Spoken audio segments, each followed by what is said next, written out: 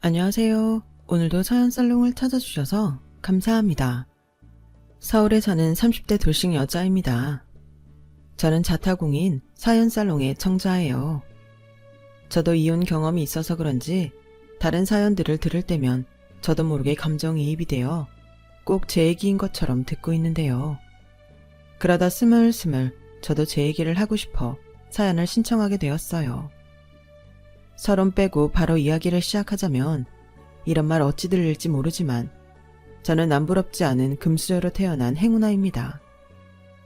세상을 살아보니 돈이 전부라고 말할 수는 없지만 돈이라는 게 없으면 참 많이 곤란하더군요. 그런데 저는 그런 경험을 해본 적이 없었으니 세상, 아니 사람 무서운 줄 모르고 살았어요. 그리고 뒤늦게 제가 가진 환경과 저희 부모님께 감사한 마음이 들었는데 만약 전 남편을 만나지 않았다면 그걸 모르고 살았을지도 몰랐다는 생각이 듭니다. 여기에 소개된 이혼 사연들이 대부분 그렇겠지만 제 결혼은 최악 중에 최악이었어요. 시댁도 가난했고 시어머니는 돈만 밝히는 속물이었는데 남편까지도 뻔뻔하다 못해 미친 사람이었거든요. 물론 결혼하기 전까지는 그걸 몰랐어요. 모자가 작당을 하고 저 하나 속이겠다고 짜고 치는데 그걸 알 턱이 없잖아요. 저와 남편은 학교 선배의 소개로 만났어요. 성실하고 착한 사람이라며 저와 잘 어울릴 것 같다고 소개하고 싶다고 했거든요. 그리고 남편은 첫인상도 좋았는데 선배의 말대로 대화를 몇 번 해보니 사람이 성실하고 다정하더라고요. 게다가 호러머니를 모시고 사는 효자였는데 저희 집에서는 그 점을 가장 걱정하셨어요. 제가 남편이 아니면 결혼하지 않겠다고 떼를 썼거든요. 나영아, 글쎄 그 남자는 안 된다니까. 너 홀어머니 자리가 얼마나 어려운 건 줄 알아? 거기에 효자? 얘가 정말 큰일 날 소리 하네. 안 돼. 절대 안 돼. 그러니까 그냥 연애만 하든지 그것도 아니면 그냥 헤어져. 엄마, 나는 정말 엄마가 이해가 안 가. 효자면 좋은 거지. 그럼 엄마는 자기 부모도 몰라보는 막대 먹은 사람이 더 낫다는 거야? 아, 그게 아니고 본래 남편이 효자면 그거 다 지 마누라만 잡는 거야. 대리 효도라는 말 못 들었어? 그리고 솔직히 그 남자도 그렇고 그 집도 별 볼 일 없던데. 엄마랑 아빠는 그래도 결혼은 양가가 두루두루 수준이 맞았으면 좋겠지. 우리도 자식이라고는 너 하나뿐이잖아. 너 그 남자한테 제대로 된 결혼 반지는 받을 수 있니? 엄마, 무슨 말을 그렇게 기분 나쁘게 해? 그럼 그깟 반지 얼마나 한다고? 그게 아니고 남들 다 받는 다이아 반지 그 남자가 해줄 수 있냐고. 요즘 누가 촌스럽게 다이아 반지를 받아. 나 그런 거 필요 없어. 그냥 14K 반지면 돼. 에휴, 이건 뭐 세상 물정을 모르는 건지 순 헛똑똑인지 좌우가 안 돼. 네 아빠 지금 너 다른 데 시집 보낸다고 아는 지인 총동원해서 알아보고 있어. 뭐? 정말 왜들 그래? 내가 그 남자 아니면 안 된다고 하잖아. 내가 그 남자 사랑한다니까? 엄마 아빠는 자식이 사랑하는 남자랑 결혼하는 게 싫어? 그야 네가 고생할 게 빤히 보이니까 그렇지. 설마 엄마 아빠가 너 불행하라고 그러겠니? 엄마, 그거 편견이야. 엄마는 그 사람 한 번 봤지만 난 2년 만났어. 알아도 내가 더 잘 알지. 그 사람 그럴 사람 아니고 성실하고 착한 사람이야. 사람을 봐야지 왜 다른 걸 봐. 나랑 그 사람이 엄마 아빠한테 손 벌릴 것 같아서 그래. 절대 그럴 일 없으니까 그런 걱정이면 하지도 마. 엄마 딸 능력 있고 그 사람도 능력 있어. 우리끼리 밥 먹고 살 능력은 된다고. 이게 정말 그 남자한테 단단히 미쳤네. 좋은 건 잠깐이야. 정신 차려 이거사. 싫어. 엄마 딸 그 남자한테 미친 거 맞아. 평생 정신 안 차릴 거야. 그러니까 허락해줘. 허락만 해달라니까. 저는 그렇게 뭣도 모르고 남편이 아니면 안 된다며 친정 부모님을 졸랐어요. 그만큼 남편을 죽을 만큼 사랑했고 제 사랑에 확신이 있었죠. 그리고 고백하건대 조건이나 남자 능력 보고 결혼하는 여자보다 제가 더 멋있다고 생각했어요. 그러면서 아무리 친정에 경제적 여유가 많다고 해도 절대 도움받을 생각은 없었는데요. 원래 열 길 물속은 알아도 한 길 사람 속은 모르는 건데 아둔했던 저는 제 남편이 될 그 놈도 저와 같을 거라고 믿어 의심치 않았어요. 결국 자식 이기는 부모 없다고 저희 부모님은 저희의 결혼을 울며 겨자 먹기로 허락하셨고, 그 소식에 남편은 물론이고 시어머니가 뛸 듯이 기뻐하셨는데요. 시어머니는 저를 처음 보자 엄청 좋아하셨거든요. 물론 그게 돈 많은 제 친정 때문이라는 건 결혼한 뒤에야 알았지만, 워낙 어렵게 사셨다는 걸 남편을 통해 들었던 터라 그건 그럴 수 있다고 생각하며 넘겼어요. 자기야, 우리 엄마가 자기 눈에는 좀 그래 보일 수는 있어. 워낙 형편이 어려워서 고생을 많이 하셨거든. 그래도 없는 살림에 나 하나 기죽지 않게 잘 키워보겠다고 평생 노력하고 사신 분이니까 자기가 좀 이해해줘. 자기는 그런 거 모르겠지만 없는 사람들은 돈이라면 좀 예민하고 유난스러운 거 있거든. 난 자기가 우리 엄마를 나쁘게 볼까봐 걱정이야. 무슨 그런 걱정을 해. 난 그럴 수 있다고 생각해. 내가 아무리 그렇게 살지 않았다고 해서 그런 마음까지 모를까봐? 미안. 우리 자기는 그런 사람이 아니지. 내가 너무 쓸데없는 걱정을 했다. 그래도 이렇게 결혼 허락받아서 정말 다행이야. 나 사실 걱정 많이 했거든. 우리 집이 너무 차이가 나니까. 그래서 너무 감사해. 지금도 꿈꾸는 것 같다. 내가 앞으로 자기한테도 장인 장모님한테도 엄청 잘할게. 나 선택해준 거 후회하지 않도록 노력하면서 살 거야. 말만 들어도 고마워. 나도 자기랑 어머니한테 잘할게. 그러니까 우리 진짜 잘 살자. 저는 그때 세상을 다 가진 기분이었어요. 지금 생각해도 저는 사랑에 눈이 멀어도 단단히 멀어 있었죠. 하지만 그것도 저희 엄마 말처럼 길지 않았는데요. 그건 바로 도를 넘어선 시어머니의 요구들 때문이었어요. 예, 있잖니? 내 친구 며느리는 글쎄 자기 어머니한테 울랄라인지 울세스인지를 얼굴에 해줬다는데 세상에나 얼굴이 10년은 젊어 보이더라. 세상에 원래 걔 얼굴이 쭈구리 방탱이었거든. 근데 지금은 아주 팽팽해져서 같이 다니면 동생이냐고 하는 거 있지? 사람 기분 나쁘게 말이야. 내가 걔보다 한 살이나 어린데 그것뿐인 줄 아니? 요즘 며느리들은 그렇게 시어머니한테 용돈이면 용돈, 명품이면 명품 그렇게 잘 보이려고 애를 쓴다더라. 근데 어째 우리 능력도 좋은 며느님은 도통 소식이 없을까? 엄마, 무슨 말을 그렇게 해. 나영이가 엄마를 얼마나 챙기는데. 지난번에도 친구들이랑 설악산 간다고 해서 100만 원 받았잖아. 그거는 그때 일이고 지금은 또 다른 거지. 막말로 집안으로 보나 능력으로 보나 내 며느리가 어디 빠지는 며느리니? 그런데 오히려 그러니까 친구들이 더 뒤에서 수군거리는 것 같아. 부잣집 며느리한테 뭐 받았냐고 자꾸 묻는데 나도 민망해. 어머니, 그런 일이 있으시면 진작 말씀하시지 그러셨어요. 제가 워낙 그런 면에서는 눈치가 없거든요. 그럼 언제 저랑 백화점 가셔서 쇼핑하고 그 친구분이 받았다는 울세라 시술 예약해서 받고 올까요? 어머, 정말? 역시 우리 며느리라니까. 아, 신나라. 언제 갈까? 난 당장 내일도 괜찮은데. 이왕 해주는 거 돈 아끼지 말고 좋은 데로 예약해라. 난 나이가 있어서 싼 데 가면 안 돼. 그럼요. 제일 좋은 데로 알아보고 예약할게요. 그래. 내가 이럴 때가 아니다. 친구들한테 자랑해야지. 니들 계속 여기 있을 거니? 그놈의 친구 며느리, 요즘 며느리는 요즘 시어머니의 레파토리였어요. 대놓고 저한테 너도 가만히 있지 말고 자기한테 돈을 써라 하는 일종의 수단이었죠. 제가 아무리 눈치가 없어도 그건 잘 알겠더라고요. 그러니 점점 그것 때문에 스트레스를 받게 되었는데 그것만 빼면 제 신혼생활은 완벽했어요.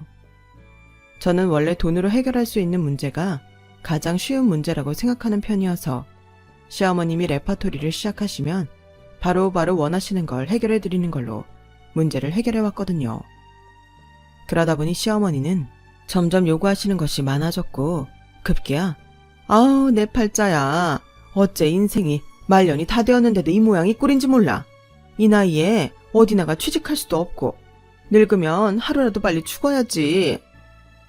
어머니, 무슨 일 있으셨어요? 어머님이 나이가 몇인데 그런 말씀을 하세요. 어머니 하나도 늙어 보이지 않아요. 지난번 시술로 엄청 젊어지셨는데. 얼굴만 달라지면 뭐하니? 내 주머니 사정은 달라지지 않았는데. 아들 키워봤자 소용없다는 말이 딱 맞아. 물가는 오르는데 아들이 주는 용돈은 그대로다. 아, 용돈이 많이 부족하시구나. 말씀을 하시죠. 아마 그이도 생각 못하고 있었을 거예요. 내 말이 나는 자식들이 부담 느낄까봐 최대한 표현하지 않으려고 했는데 내가 좀 바쁘니 나가면 돈인 것을. 시어머니는 그렇게 노골적으로 아들도 아닌 저에게 돈이 없다고 징징거리기 시작하셨어요. 원래 시어머니는 남편이 사회생활을 한 후로 50만 원씩 용돈을 받고 계셨어요. 그때는 뭐 시어머니 당신도 식당이나 청소 같은 일을 하셔서 벌이가 있기도 했었는데 아들 장가 보낸 뒤로는 무슨 마음인지 다니던 일도 딱 그만두시더라고요. 솔직히 그때는 믿는 구석이 있어 그런가 보다 했어요. 저는 남편한테 공동생활비를 뺀 나머지는 터치하지 않았거든요. 남편이 쓰는 카드값, 어머님 드리는 용돈, 그런 걸 일일이 확인하고 싶지 않았어요. 제 딴에는 배려였죠. 남편 입장에서는 눈치가 보일 수 있다고 생각했거든요. 그렇기에 처음엔 남편한테 말씀하시라고 미룰까도 생각했는데 시어머니의 말을 계속 들어보니 원하는 건 따로 있었어요. 다른 집 며느리는 시어머니한테 카드도 주고 그런다는데. 카드요? 신용카드 말씀하시는 거예요? 그래, 내가 아무렴 교통카드를 말하겠니? 용돈이라는 게 현금이라서 좋기는 하지만 그렇잖니? 어떻게 매달 똑같이 살아? 사고 싶은 것도 다르고 가고 싶은 것도 다르고 누굴 만나서 얼마를 쓸지도 모르는데 신용카드 한 장 딱 갖고 있으면 든든하지. 저는 대놓고 저한테 다른 집 며느리처럼 카드를 달라고 말하시는 시어머니를 보고 한동안 어이가 없어서 말을 잃었어요. 그러자 시어머니는 이때다 싶었는지 본격적으로 카드를 내놓으라고 조르기 시작하셨는데요. 그러지 말고 너도 나 카드 한 장만 주면 안 되겠니? 대신 장우한테는 30만 원만 받을게. 막말로 내 아들보다 벌이로 보나 능력으로 보나 네가 낫지. 넌 돈도 많으니까 카드 한도도 높을 거잖아. 그야 그런데 한도 높은 카드를 달라는 말씀이세요? 그만큼 쓰실 일이 있으시다고요? 어머, 얘는 내가 뭐 그 한도 다 채워 쓴다니? 자고로 카드는 한도가 높아야 든든하지. 안 그래? 혹시 모르는 비상사태가 있잖아.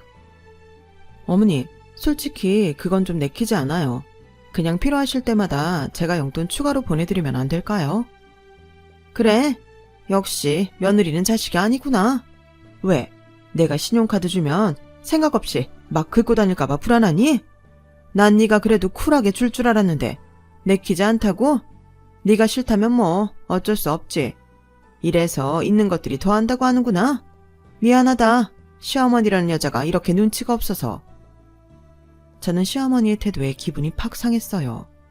솔직히 한도 낮춰서 줄 수도 있었거든요. 그런데 저렇게 아예 저를 돈 나오는 기계로 아는 시어머니의 태도가 저를 화나게 했어요. 그래서 저도 약이 올라서 끝까지 버텼는데요. 그 뒤로 걸핏하면 돈이 부족하다고 돈을 보내라며 하루에도 10통 가까이 전화가 왔어요. 네, 일부러 그러시는 거죠. 신용카드를 달라고 아이처럼 시위하시는 거예요. 그렇게 필요하시면 아들한테 한 장 만들어 달라고 하면 될 일인데 꼭 며느리 카드를 받고 싶은 그 심보는 뭘까요? 결국 저는 참다 못해 남편에게 말했고 남편은 난감한 얼굴을 하더니 저에게 바로 미안하다고 했어요. 남편한테 사과받자고 한 말은 아니었는데 막상 속상해하는 남편을 보니 저도 마음이 좋지 않더군요. 자기야, 미안해. 난 우리 엄마가 그렇게까지 바라실 줄은 몰랐네. 아마 친구분들한테 자기 자랑을 엄청 하시고 다니나 봐. 그래서 나한테는 그런 말 안 하고 자기한테만 그러지. 자기 많이 곤란했지? 내가 우리 엄마한테는 다시는 그러지 말라고 말할게. 아무리 며느리 자랑을 하고 싶어도 그렇지 우리 엄마가 좀 오바네. 자기가 이해해줘. 얼마나 좋으시면 그러시겠어? 아마 누군가한테 부러움 받는 거 우리 엄마는 태어나서 처음일 거야. 아, 남편한테 그 말을 듣는데 마음이 좋지 않았어요. 제가 좋아서 그러는 거라고 하는데 할 말이 없더라고요. 지금 생각하면 남편 놈도 똑같았어요. 저를 이용하는 수법이 모자 아니랄까봐 똑 닮았죠. 하지만 남편을 너무 좋아했던 저는 일에 돈을 들이나 절에 돈을 들이나 다를 게 없다고 생각했고 카드 한도 100만 원에 맞춰서 신용카드를 한 장 만들어 시어머니께 드렸네요. 그러자 남편은 고맙다며 매달 30만 원씩 저한테 보낸다고 했고, 남편이 저러니 저도 그래, 어차피 한도 꽉꽉 채워도 100만 원인데 하며 해탈의 경지에 이르게 되더군요. 물론 제가 신용카드를 내밀자 시어머니는 세상 다 가진 아이처럼 천진난만하게 좋아하셨어요. 어머, 이게 뭐야? 카드? 이거 정말 나 주는 거니? 세상에나, 역시 우리 며느리 최고다. 그런데요, 어머니, 이거 한도 그렇게 많이 높진 않아요. 100만 원인데 괜찮죠? 괜찮지 그럼. 100만 원이 어디니? 나 그렇게 속물 아니다. 어머, 카드도 고급스럽네. 내가 이럴 때가 아니지. 자랑해야지. 우리 며느리가 준 카드라고? 내가 아주 동네방네 자랑하고 다닐 거야. 고맙다. 내가 요즘 너 때문에 체면이 살아. 복덩이. 시어머니는 그렇게 좋아하시며 친구들한테 자랑을 하시겠다고 식사도 마다하고 나가셨어요. 그리고 정확히 2시간 이후 정신없이 카드 알림이 울리기 시작하는데 전부 결제 문자였죠. 저렇게 쓰면 100만 원도 하루에 다 쓸 수 있을 것처럼 보였어요. 그리고 남편은 제가 시어머니에게 카드를 준 이후부터 전에도 잘했지만 더 잘하려고 노력했는데요. 저뿐만 아니라 저희 부모님한테 잘하려고 노력했어요. 저희 엄마가 좋아하는 꽃 선물도 자주 보내고 저희 아빠와 등산이며 낚시도 다니며 제가 못한 아들 노릇을 하는데 솔직히 좋더라고요. 내가 이서방한테 참 많이 미안해. 저렇게 사람이 좋은데 조건만 보고 그렇게 반대를 했으니 요즘 네 아빠가 이서방 얼마나 좋아하는 줄 알아? 주말이면 이서방이랑 놀러 다닐 생각밖에 없어. 내 말이 주말마다 자꾸 아빠가 부르니까 내가 곤란해. 우리도 같이 붙어있을 시간이 주말밖에 없는데. 네가 좀 봐줘. 엄마도 겸사겸사 우리 딸이랑 이렇게 같이 있어서 좋은데 넌 그렇게 싫어? 어째 점점 지 남편밖에 모르냐. 좋은 걸 어떡해. 이래서 딸 자식 키워봤자 소용없는 거야. 그래, 네 시어머니는 너한테 잘해주셔. 홀 시어머니라 엄마가 걱정이 많아. 알지? 저는 차마 엄마에게 시어머니가 자꾸 돈을 요구한다는 말은 하지 못했어요. 가뜩이나 걱정도 많이 하는 걸로 알고 있는데 제 카드까지 만들어줬다고는 도저히 말할 수가 없더라고요. 그래서 그냥 잘해주신다고 대충 이야기를 넘겼는데 그렇게 꼬박 3달이 지났어요. 그 사이 시어머니는 말은 아니라고 했지만 한도를 꽉꽉 채워 쓰셨고 제가 우려하던 일이 벌어졌어요. 그건 바로 한도가 부족하다고 올려달라는 거였죠. 예, 아가, 나 아무래도 이 한도로는 부족해서 안 되겠다. 한도 조금만 올려주면 안 되겠니? 딱 100만 원 더 얹어서 200으로 맞춰줘라. 200이요? 어머니, 그 정도면 다른 사람한테는 월급이나 다름없어요. 그리고 제가 처음 카드 드렸을 때는 괜찮다고 하셨잖아요. 그야 그때는 괜찮을 줄 알았지. 장우가 보내던 용돈도 줄었잖아. 시간이 가면 갈수록 부족한 걸 나한들 어쩌니? 솔직히 내가 남편이 있니? 그저 이 나이엔 밖에 나가서 사람 만나야 우울증 걸리지 않고 건강하게 살 수 있는 건데 사람 만나다 보면 그런 걸 같은 여자인 네가 알아줘야 지금 한도보다 조금 더 높여준다고 너한테 큰일 나는 거 아니잖아. 넌 잘 사는 친정도 있는데. 어머니, 그건 저희 집이죠. 저랑 상관없는 거예요. 그리고 솔직히 자꾸 이러시는 거 저 좀 불편해요. 원래 씀씀이라는 게 커질 수 있어도 줄이기는 힘든 건데 어머니 요즘 좀 지나치세요. 뭐? 넌 내가 이 나이에 키 좀 펴고 사는데 꼭 그렇게 초를 쳐야겠니? 내가 너 왜 그렇게 좋아했는데 네가 능력 있어서 좋아한 거야. 솔직히 내 아들이면 다른 여자들이 줄을 선다. 인물 좋지, 착하지, 매너 있지. 너도 그래서 내 아들 좋아한 거 아니야? 우리 서로 기분 상할 일 만들지 말고 좋은 게 좋은 거라고 째째하게 굴지 말자. 그럼 내가 양보해서 150 얻더니? 저는 결국 이게 마지막이라는 약속을 받고 카드 한도를 150만 원으로 올려드렸어요. 솔직히 약속을 받긴 했지만 썩 믿음이 가는 건 아니긴 했죠. 예전 같으면 돈에 벌벌 떨었을 시어머니셨는데 어쩌다 저렇게 되었을까? 처음부터 쉽게 생각해 받아준 제 잘못 같더군요. 그래서 책임지는 마음으로 언제고 사단을 내야겠다고 생각했어요. 그런데 그런 생각을 하면 남편이 서운해할까? 솔직히 그게 두려웠는데요. 남편도 제가 시어머니가 원하는 걸 들어드려서 저희 부모님께 잘 하려고 그러는 걸 텐데, 제가 시어머니와 사달을 내면 덩달아 남편도 저희 부모님께 서운하게 할까? 그게 우려됐어요. 물론 그럴 사람이 아니라고 믿었지만요. 그런데 제가 너무 남편을 믿었을까요? 돈 없는 것 빼며 완벽했던 남편이 부서를 옮긴 후로 야근이며 특근이며 출장 같은 일이 많아졌는데, 한 번은 교통사고가 나서 타고 다니던 차를 센터에 맡겨야 했어요. 다행히 입원은 하지 않고 통원 치료만 받으면 된다고 했는데 그동안은 택시를 타고 다녔죠. 그런데 주말에 울산으로 출장을 가야 한다고 했고, 그때는 어쩔 수 없다며 저에게 차를 좀 빌려달라고 했는데요. 내 차 끌고 가게? 자기 운전해도 괜찮겠어? 그럼 나 이제 괜찮아. 차만 빨리 나오면 되는데 그게 시간이 좀 걸리나 보네.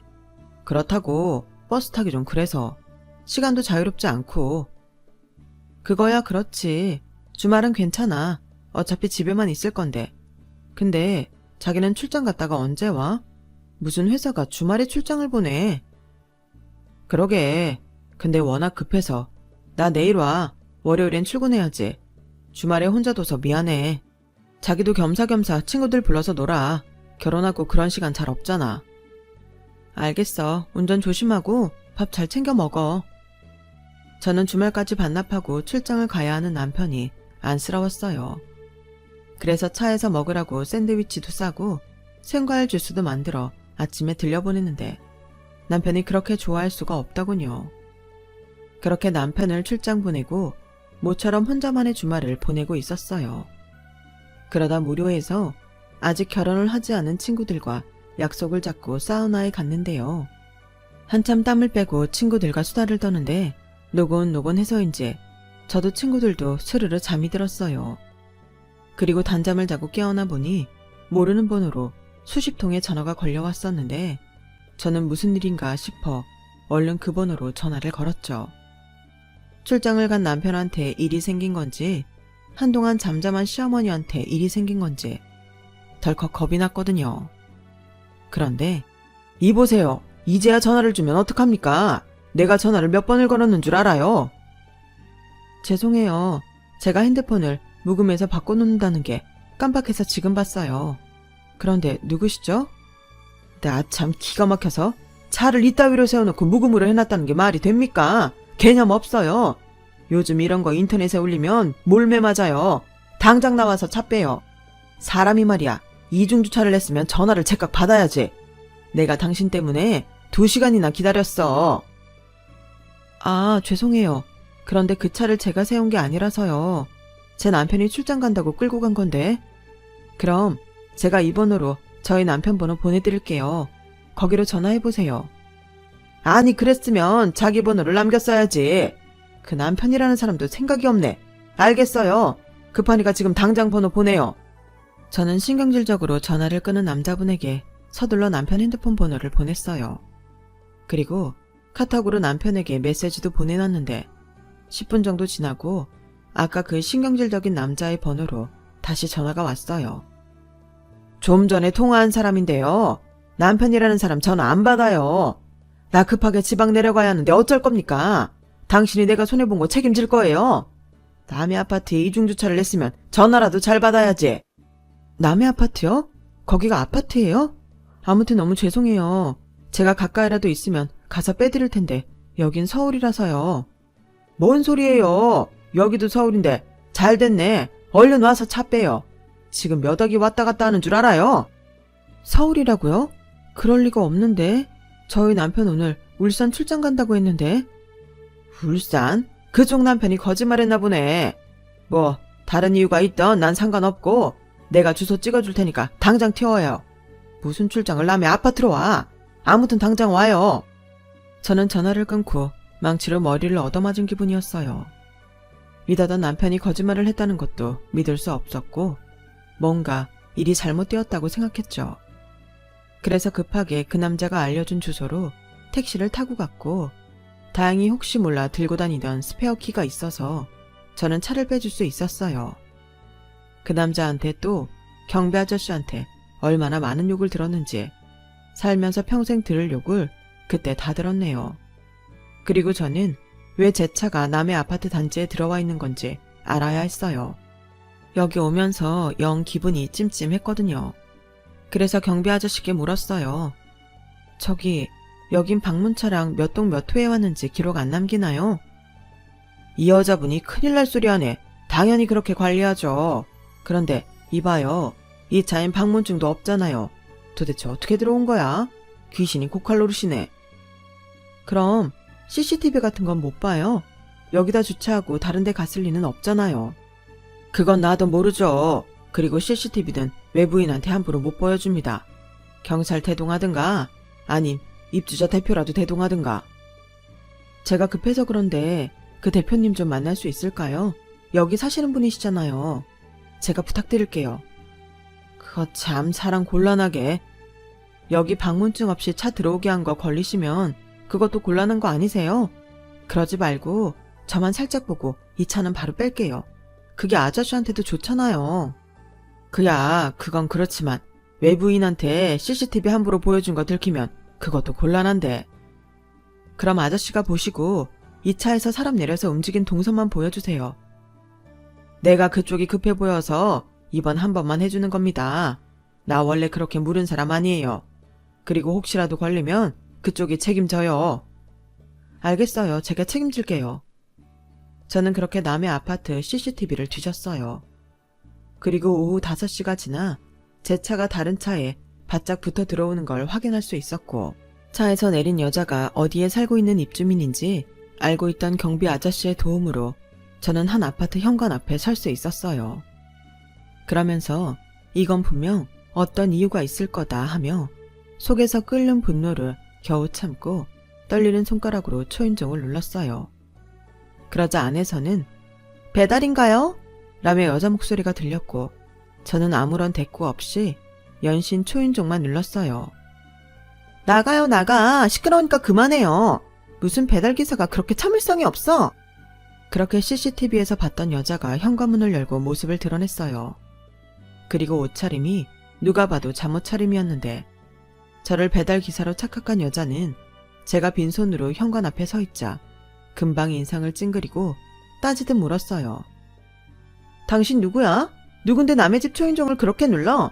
당신 배달기사 아니지? 저는 저한테 따지는 여자한테 뭐라고 말해야 할지 순간 말을 잃었어요. 여기에 내 남편이 있냐? 그러는 넌 누구냐? 그런 것밖에는 생각나지 않았거든요. 그런데 제가 주춤거리자 귀에 익은 그놈의 목소리가 제 귀에 들리더군요. 누군데 그래? 차 빼달라는 그놈이야? 결국 여기까지 찾아왔어?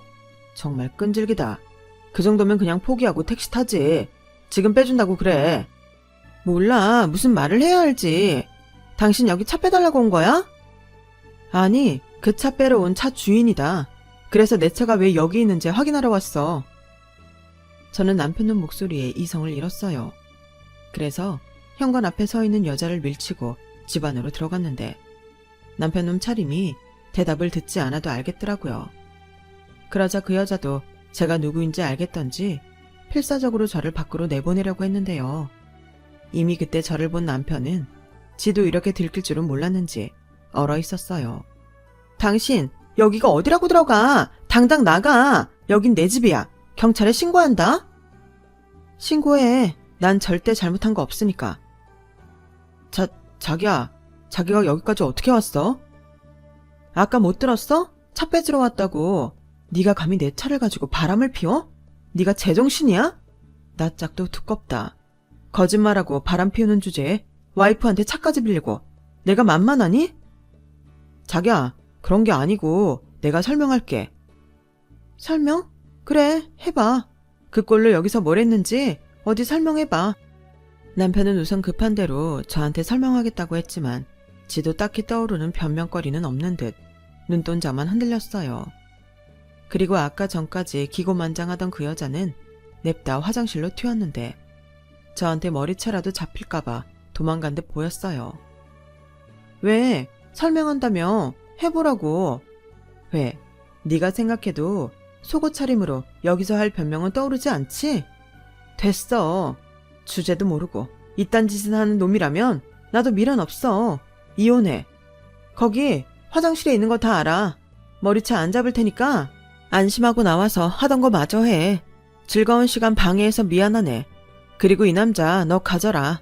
난 이런 쥐뿔도 없는데 도리까지 저버리는 놈이랑은 이혼할 거니까. 자기야, 미안해. 내가 잘못했어. 한 번이야. 처음이라고.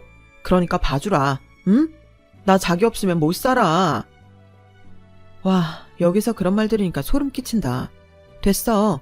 오늘부터 넌 나한테 아웃이야. 네 짐은 내가 죄다 밖에 내놓을 테니까 네가 알아서 챙겨. 없어졌다고 나한테 지랄하지 말고. 남편 놈은 속옷 차림으로 제 다리를 붙들며 이혼은 안 된다며 애원했어요. 하지만 그제야 콩깍지가 벗겨졌는지 그런 남편이 너무 싫더군요. 그래서 벌레 떼놓는 것처럼 몸소리치며 남편 손을 뿌리쳤고 그 여자의 화장대 위에 놓인 제 차키로 보이는 스마트키를 집어들고 그 집을 나왔는데요. 배신감 때문인지 속았다는 분노 때문인지 눈물이 자꾸만 나오려 했어요. 하지만 울고 싶지 않았고 참으며 제 차에 올라탔는데 그때였어요. 사람들이 수군거리는 것처럼 길에 서 있었는데 곧 아까 본 속옷 차림의 남편이 저를 잡겠다며 뛰어오는 모습이 보이더군요. 저는 얼른 차 시동을 걸고 그 아파트 단지를 벗어났어요. 그러자 저에게 동호수를 알려준 경비 아저씨가 차단기도 미리 열어놓고 얼른 가라고 하는데 겨우 참았던 눈물이 끝내 터지고 말았죠. 그리고 집까지 운전해서 오는데 사고가 나지 않은 것이 용했어요.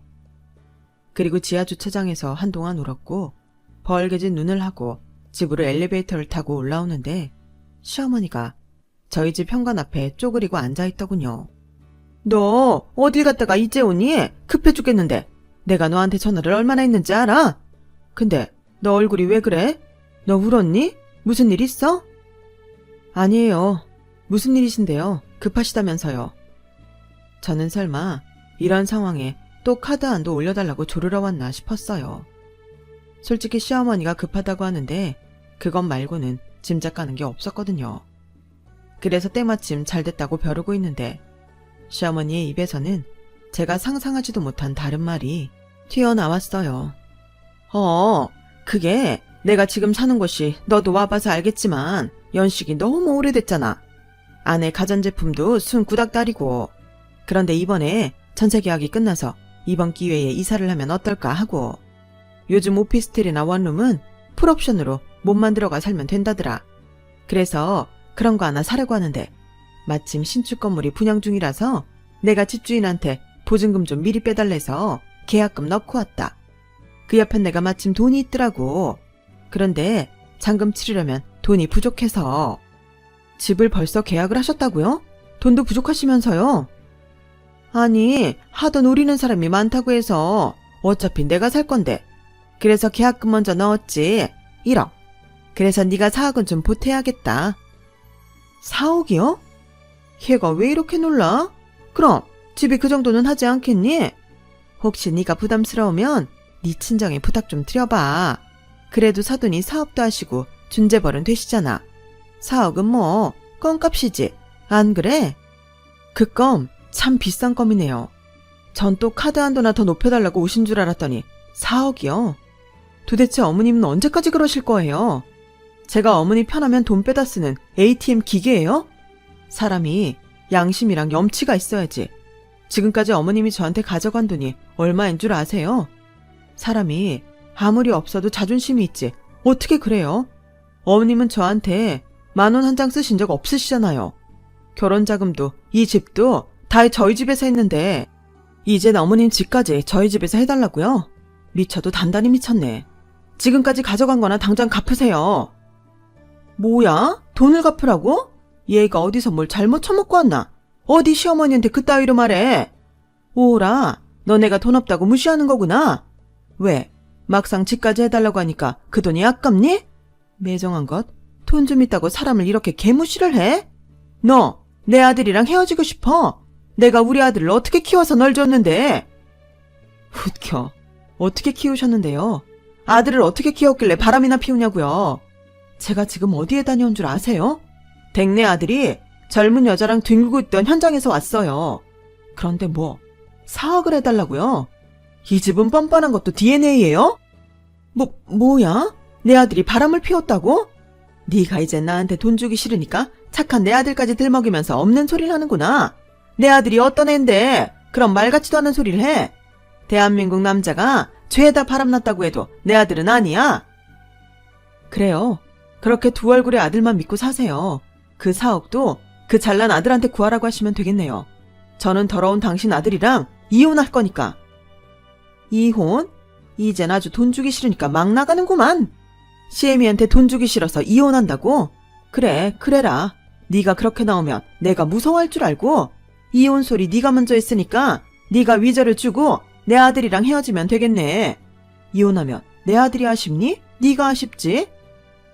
제가 왜 아쉬워요? 어머니 말대로 전 돈도 있고 능력도 있는데 아쉬운 건 집불 아무것도 없는 당신들이지. 내가 뭘 갈라서면서 그냥 갈라설 줄 알아요? 아까 한 말 빈말 아니에요. 지금까지 받아가고 카드로 쓴 돈 전부 나한테 갚아야 할 거예요. 뭐야? 너 지금 우리가 가난하다고 무시하는 거니? 이런 싸가지 없는 것. 내가 내 아들이 억울하게 이혼당하는 꼴을 보고만 있을 것 같아? 네, 마음껏 짓거려 보세요. 가난한 주제에 정도를 모르고 도를 넘어선 당신들과는 더는 상대하지 않을 테니까. 아, 아줌마 오신 김에 아들 물건이나 좀 챙겨가요. 딱 봐도 비싸 보이는 건 저랑 저희 집에서 사준 거니 그냥 두시고요. 저런 천하의 쌍스러운 것? 너 내가 절대 가만두지 않을 거야. 뜯어낼 수 있는 건 전부 뜯어낼 거라고. 불쌍한 내 새끼 저걸 쳐라고. 저는 시어머니의 말에 헛웃음이 나왔어요. 지금 불쌍한 게 당신 아들이 아닐 텐데 저렇게 철석같이 아들을 믿고 있는 시어머니가 아들이 한 짓을 알게 되면 어떤 얼굴을 할까 궁금해지더라고요. 그리고 호랑이도 제 말하면 온다고 남편놈이 허겁지겁 집에 들어왔어요. 그리고는 예상치 못한 시어머니를 보고 당황해서 주춤했는데요. 저기 왔네요. 댁내 아들한테 확인해 보세요. 지금 뭐라고 왔는지. 아, 참고로 오늘 아드님은 저한테 울산 출장 간다고 거짓말을 했어요. 아들? 얘가 오늘 뭘 잘 먹고 왔는지 자꾸 이렇게 헛소리를 한다? 내가 집 계약했다고 4억 좀 보태라고 하니까 네가 바람이 났다고 이혼한대. 이게 말이 되니? 다른 사람도 아닌 네가 바람이 났대. 엄마, 그만해. 저 사람 하는 말 다 맞아. 근데 무슨 4억을 보태래? 내가 정말 엄마 때문에 못 살아. 뭐야? 뭐가 맞는다는 건데? 너 정말 바람났어? 그런 거야? 보셨죠? 설마 제가 4억이 아까워서 이러겠어요? 저 그 정도 능력 있어요. 그런데 어쩌죠? 바람핀 저런 놈이랑 그 식구한테는 단돈 1원도 쓰기 싫은데 여기 온 김에 마지막이라고 생각하고 네 짐 다 챙겨가. 서류는 준비되는 대로 니네 어머니 집에 보낼 테니 얌전히 도장이나 찍고 그년한테 말해. 내가 주소도 알고 상간녀 위자료 소송도 걸 거라고. 아주머니도 이제 다 아셨으면 나가세요. 아니야, 이건 뭔가 잘못됐어. 내 아들이 그럴 리가 없지. 그럴 리가 없고 말고. 너 내 아들이 바람 폈다는 증거 있어? 증거요? 있죠. 저 인간이 오늘 제 차 가지고 갔거든요. 거기 블랙박스에 보면 어디 갔는지 다 나올 거고 둘이 차에서 뭔 짓을 했는지도 녹음 다 됐겠네요. 그것뿐인 줄 아세요?